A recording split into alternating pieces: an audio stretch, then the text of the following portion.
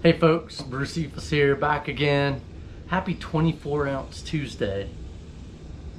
Today I have a Pacifico 24-ounce tall boy that we're gonna drink and talk about some of the stuff that's been going on lately. So I'm a part of the BrewTubers online brew club. Anyone can join. Just go to their website, BrewTubers.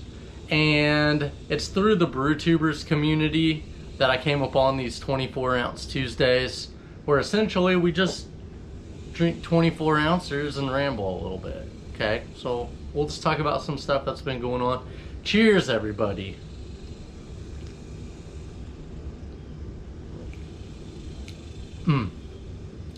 I love 24-ounce Tuesdays because there's nothing really technical about it. Today there's a little tiny bit of technical frustrations I've been having that I'm going to talk about a little bit, but I don't have to talk about mash temps. I don't have to talk about stuck mashes or dough balls or wort or anything. I can just kind of share with you what's been going on in my brewing and in my life, and we can just chat for a bit. Okay, so we'll do that. So the title of the video, Shit Goes South. There's been a few little shits that have gone south in my life lately over the past like 3 days. Number one, I'm just gonna start off with the big one. I found out 2 days ago that I lost a really good friend. He passed away, 35 years old, Benny. Rest in peace, brother.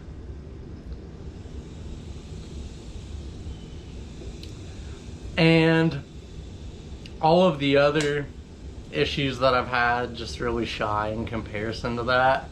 I won't say I needed the reality check, but we can take the negative things that happen and use them to help us prioritize, help us find the really important things in life and really pay attention to those things, right?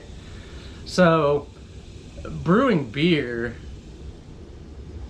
is relatively of no consequence to our lives. Yeah, we like to make good stuff and we don't like to waste our time, and that's understandable, but this just is another reminder of why it's not worth it to sweat making beer or to sweat doing anything that you do in life, because it can just, it's so here one moment and gone the next.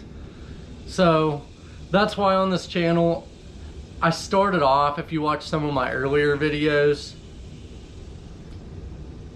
I'm super technical about a lot of things, and I tend to be fairly technically minded, but I've also got the other going for me. I love the art as much as the science.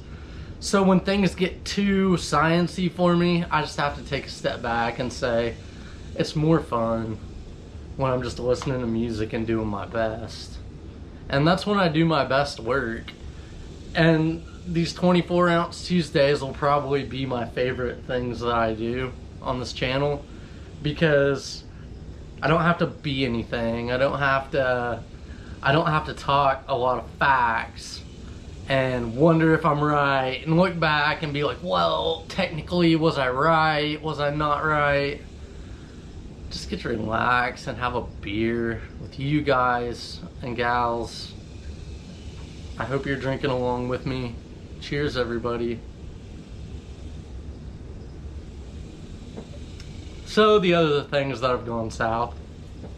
On Brew Day, the Not Dale's Pale Ale I brewed just a couple days ago. That video will be coming out Saturday, Tuesday, Wednesday, Thursday, Friday, Saturday, 4 days, 10 a.m. Central. I'll show you that whole brew day. We'll talk and hang out and chat. But at the end of that brew day, my food thermometer quit working right as I got my wort in the bucket, and I was about to pitch the yeast, and I went to take a temperature reading, and crap, the damn thermometer quit on me. So what I do, here we are getting technical, like I said we wouldn't, if wort is warm to the touch, I wouldn't pitch yeast. So what I did was just put the lid on the bucket, stuck the airlock in it with a little bit of sanitizer water in it, and banged it in the fridge. Left it in there for a couple hours. In the day, I would have been stressed out about bacterias growing in there and all that. But we know that the 90 degree to 140 degree Fahrenheit range is where a wort is susceptible to bacterial growth.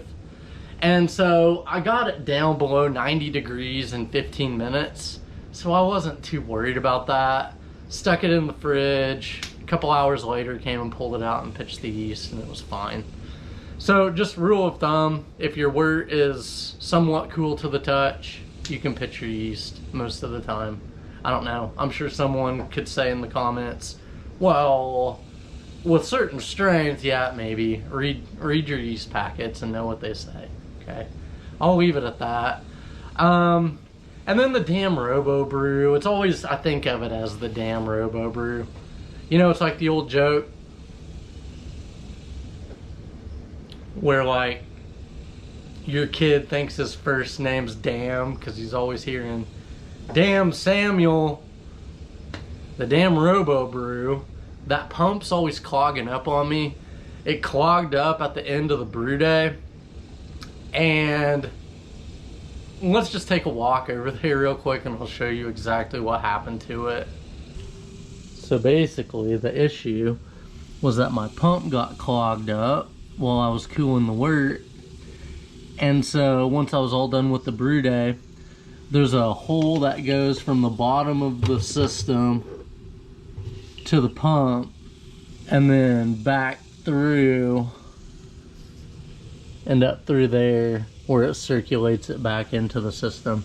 So essentially what I did was held a garden hose to the hole in the bottom of the system to push everything through, and it was spouting out the top. All of a sudden it stopped spouting out of there. I was like, crap. And all the water in the system drained out the bottom through my electronics, and it was a whole deal. So essentially what happened was just the pressure from the garden hose split that hose. What a mess. So I was left with, what is this hose technically called? How do I find it online to order a replacement part? I ended up finding one. It's for the Brewzilla. I think the Brewzilla comes in the size of my Robo Brew and a 10-gallon maybe also. I just hope the hose fits because it's not specifically for the Robo Brew version 3 with pump, which mine is. So hopefully it works. It says you can trim it to size, the hose itself. So I'm sure I can make it work.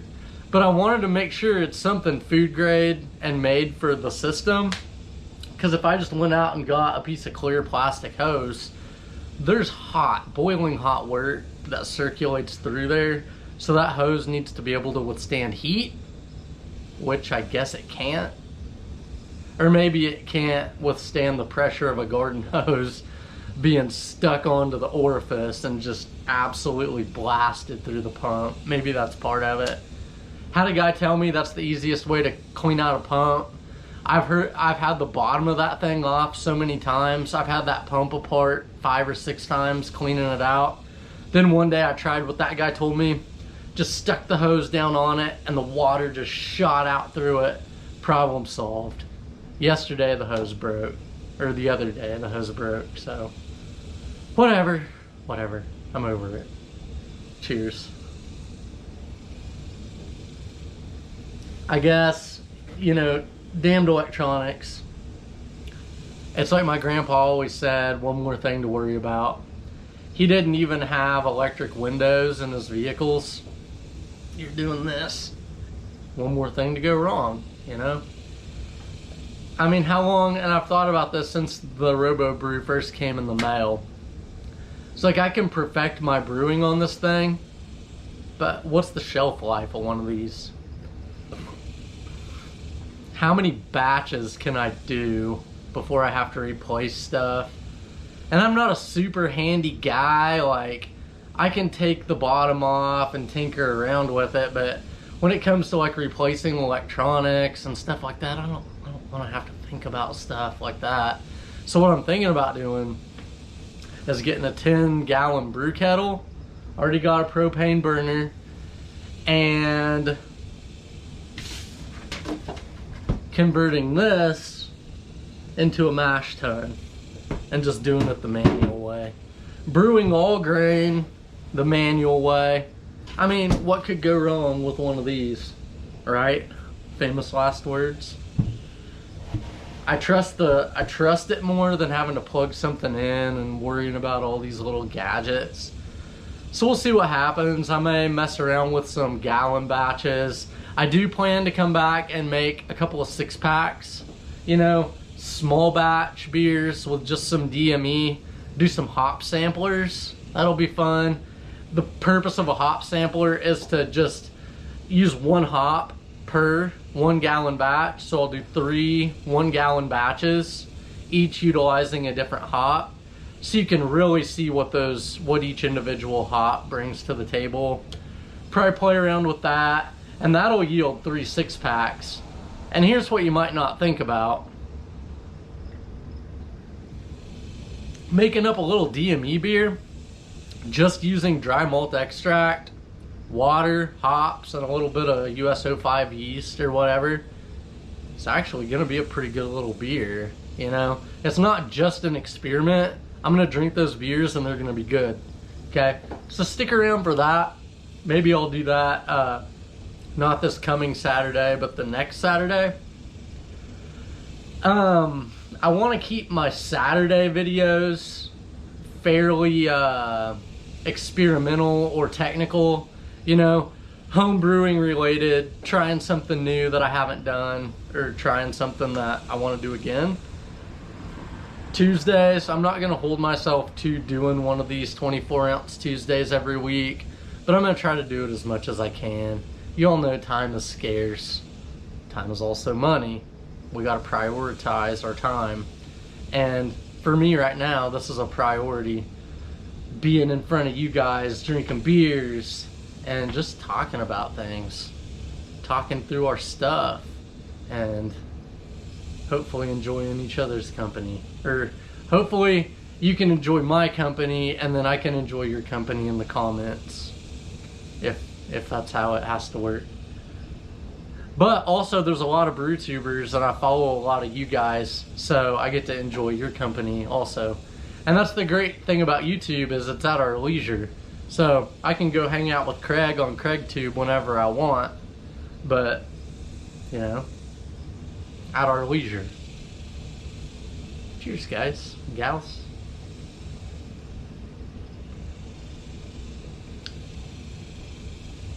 It's hard to beat a Pacifico. It really is. I told you I buy a lot of cheap beer, especially during the summer, the hot months. I drink a lot of Bud Light, but I wanted to change it up a little bit.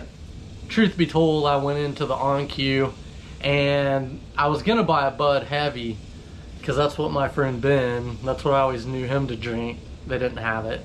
They didn't have Bud Light. So I got what I could.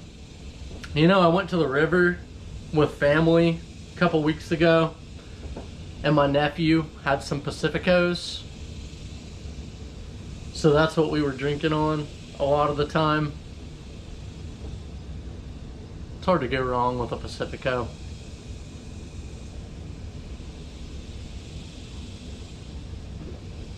Hope y'all are enjoying this nice, hot summer. What's the temp today? So it's about 95 out here, which is where it's been staying lately. I think it's supposed to get up to like 105 today. I was looking at the 10-day forecast and it was like 100, 101, 103, 112, 108, 106, 101. Just for like a 10-day relentless stretch. But it's not just the coming 10 days. We could probably go back 15 days of 100+ degree days.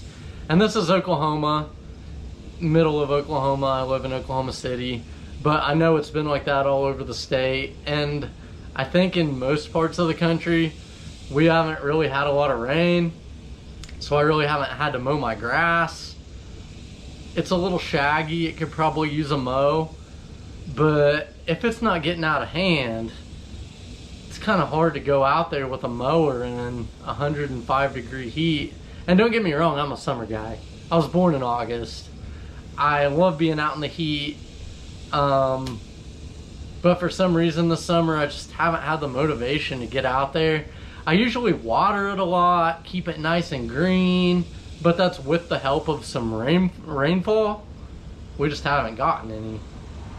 So, I don't know, it really sucks the life out of you when everything around is just cooking, including ourselves.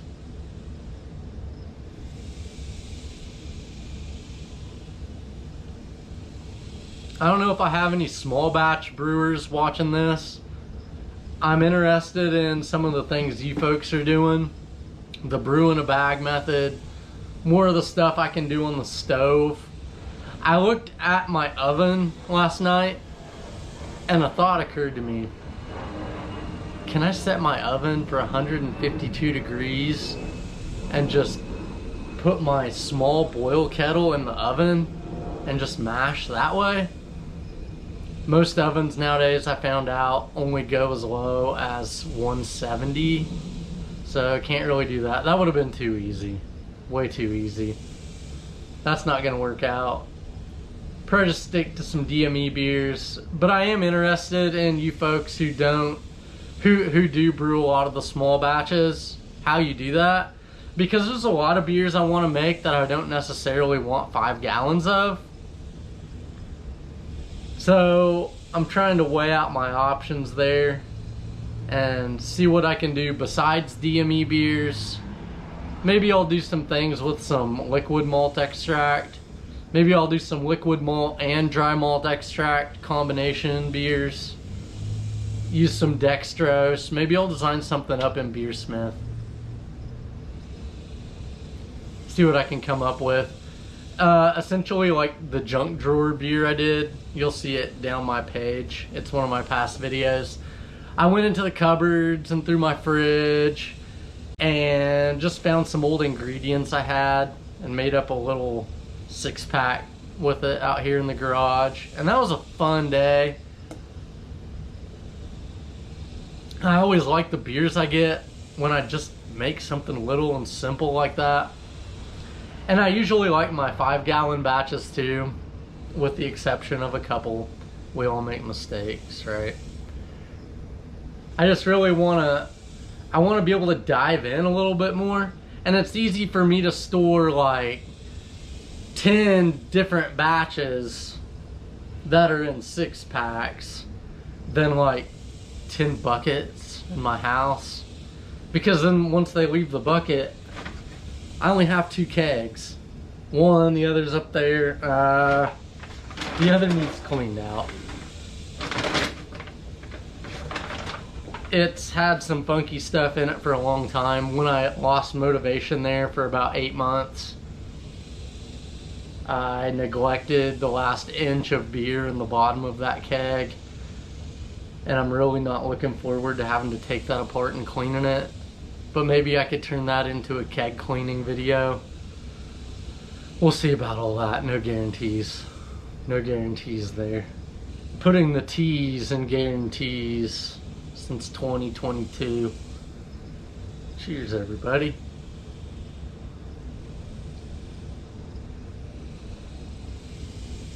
Been doing a lot of sticker stuff lately. I got my own sticker on the fridge over here.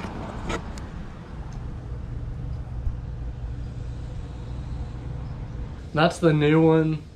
One of the funnest things to me about this hobby, or one of the little intricacies that I love about it, I love really getting into stuff. I love how on Instagram a lot of home brewers do sticker trades. So I've got quite a few. The back of my clipboard, I've got just a few of them. Usually if I just get one sticker from someone, I'll put it on my beer deep freeze where I used to ferment. I've since had to start putting meat in it from when my fridge went out. It's kind of a long story. But usually if I just get a single, I'll put it on that freezer.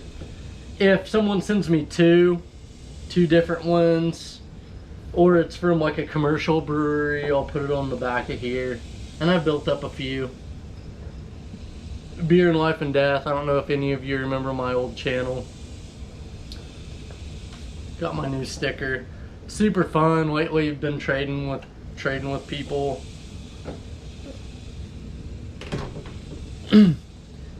It's funny, we're like modern day humans. Has 4 followers or 4 subscribers on YouTube. Has merch. The irony of it's not lost on me. It's just funny and it's fun and it makes the hobby more fun.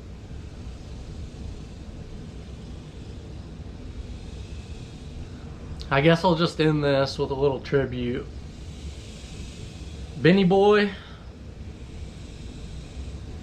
I just want to have a little moment of silence where I can just remember some times. I know you all have lost people. If you haven't, that's great.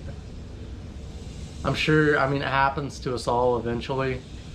So I just want to have a little moment where I just remember some things. It's not going to last long. Just a little moment of silence, a moment of tribute to Benny. I love you, brother.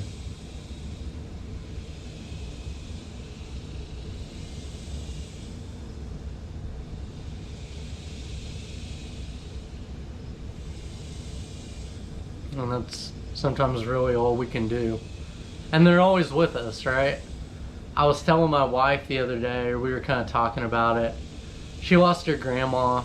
I mean, the same year I lost my grandpa, but she and I didn't know each other then. And we talk about sometimes the dreams we have of them and how they'll say things to us in these dreams that they would have said but never actually said. And that makes me think that, like, I'm still hearing my grandpa tell me new things that he never told me in life. Or like I'm getting to see him again. When I wake up in the morning after having one of these dreams, it's like not so much time has passed. It's like